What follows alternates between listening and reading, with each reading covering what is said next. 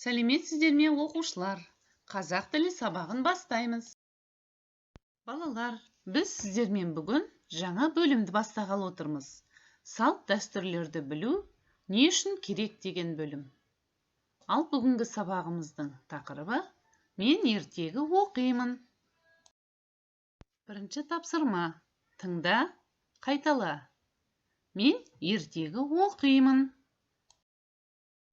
Тыңдаймыз, қайталаймыз. Мен ертегі тыңдаймын. Қайтала. Мен ертегі тыңдаймын. Екінші тапсырма. Суретке қара, сұраққа жауап бер. Белгіле. Сен не істейсің? Мен ертегі оқимын. Сен не істейсің? Мен ертегі тыңдаймын. Үшінші тапсырма. Суретке қара, сұраққа жауап бер. Бұл қандай ертегі? Бұл қасқыр мен түлкі ертегісі.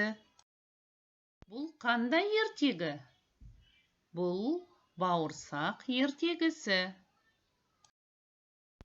Бұл қандай ертегі? Бұл піл, керік, қоян ертегісі. Төртінші тапсырма. Боя.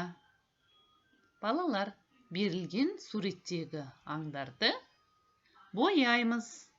Бұл қай ертегінің кейіпкерлері еді?